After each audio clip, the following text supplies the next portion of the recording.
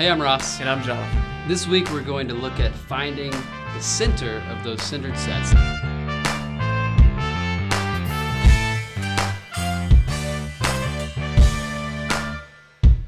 So last week we talked about the idea and power of the centered set mentality and kind of framework for how we can work together. And we would say that if a city has dozens of centered sets happening, then it's going to look like a transformed city. If you have a really clear sense of your calling and capacity and like the thing that you feel passionate about, the chances are that you're not the only one in your community that feels passionately about that. So how do you find other people in your community, and how do you really zero in on that passion, and what does it look like to sort of be committed to that passion together? Yeah, that's a really good question. And, I think some of it's just experimenting. You got to figure out what you think your calling capacity are a little bit, but then try some things out. And, I think the first step in that is to recognize that you have to leverage your power to enter into the pain of others.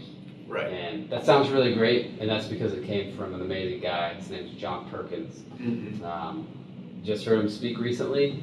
He's 89 years old, and he's kind of like the man when it comes to Christian community development. Right. He's a pioneer and just an incredible example of that. And so this guy, with all this wisdom and experience, he says, this is what you should do with your power. You should enter into the pain of others. And I think that's a great first step for determining, okay, like I got to do something. And here's what I'm going to do. I'm going to enter into this pain, meaning I'm going to get close enough to really be around this. Right. And as I understand my passion for whatever those things might be, I gotta look around and see who else is in this space. It reminds me of a prayer that you often hear either sung as a lyric or prayed, sort of passionately in church services. This idea of, God, break our hearts for what breaks yours. And I think if you really genuinely want that prayer to be answered, you have to go seeking the places in your city that things are happening that are breaking God's heart, and that a big part of passion is really that grieving. We've talked about Nehemiah and Jesus weeping over the city of Jerusalem. And we have to come to that place where we have that sort of passion for our city. But it's not enough just to weep over your city. You have to come up with a plan of action, and really that requires a level of commitment that says, I'm not just going to kind of like, do enough that I can feel good about this, like I've done something. It's a commitment to say, I'm going to stay in this for the long term, and I'm going to like stick with it until we see results. Yeah, and that can be done as an individual or as even a church community.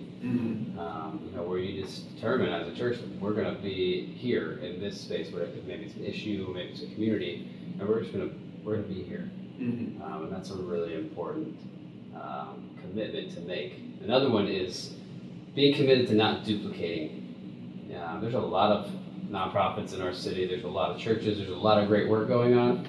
And it would be easy to just wake up and say, I'm going to start a nonprofit and pursue this thing. Right. But I think it's important to be committed to understanding who's already doing what and joining and enhancing what they're doing rather than creating something new. Yeah, you really have to make it about solving the problem, not about your own passion that you feel strongly about. Because whenever you just make it about pursuing your passion, then you're more likely to want to start something new that is specific. Well, actually, that reminds me, it's not just about your passion, it's actually about compassion. Compassion means with suffering. Yeah. And so it's not about you at all. It is about you experiencing the suffering of others, and you're putting the emphasis on, are we getting done what we want done, no matter how it's happening or who's in charge. Yeah.